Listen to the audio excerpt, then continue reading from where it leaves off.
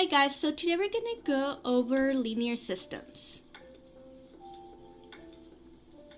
Okay, so a linear system is two or more equations with the same variables. Okay, so what we're going to do, we have the linear systems, right? But we want to figure out if they have a solution.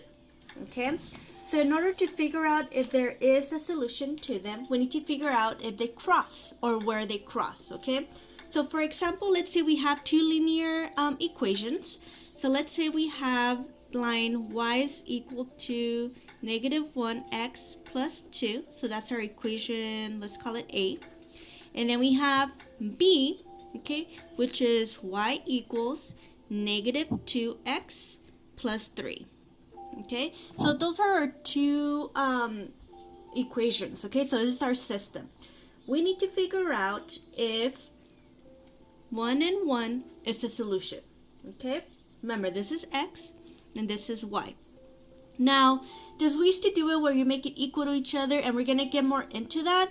But for now, since we're kind of learning the basics, we're going to start with just figuring out if 1 and 1 are a solution to these equations. Okay, so let's go over equation A. So again, y is equal to 1, so I'm going to be replacing that y with the 1.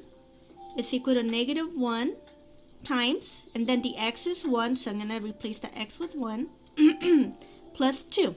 So then I'm going to solve it to see if it's a solution. Okay, so again, 1 is equal to negative 1 times 1 is negative 1, and then we have plus 2. And then negative 1 plus 2 is 1, so it checks.